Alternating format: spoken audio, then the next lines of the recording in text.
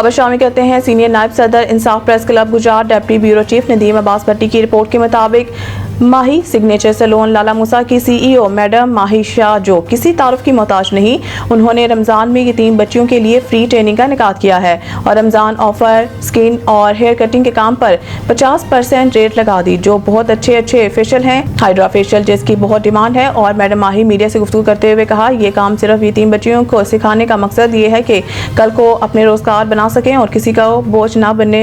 मैंने क्लासेस भी करवाई हैं और डिप्लोमे भी दिए हैं। इंशाल्लाह अल्लाह ताला मुझे इन यतीम बच्चियों के सदके दी और रमज़ान मुबारक का महीना तौबा के लिए बेहतरीन मौका है। रमज़ान मुबारक तकवा, सब्र, आला इखलाक, बदर और हमदर्दी और सार का पैगाम लेकर आया है। रमज़ान मुबारक में हम सबको एक दूसरे के साथ ज़्यादा से ज़्यादा ताउन करना चाहिए। ख़ास तौर पर सफ़ेद पोश लोगों को ज़रूर याद रखना चाहिए और इनकी इमदाद करनी चाहिए। इस बाबरकत महीने में गरीबों, नादार और मुफलिस लोगों का ख्याल रखना चाहिए ताकि दुनिया आखिरत को संवारने के साथ साथ नेकियों का अजर भी दुगना मिल सके।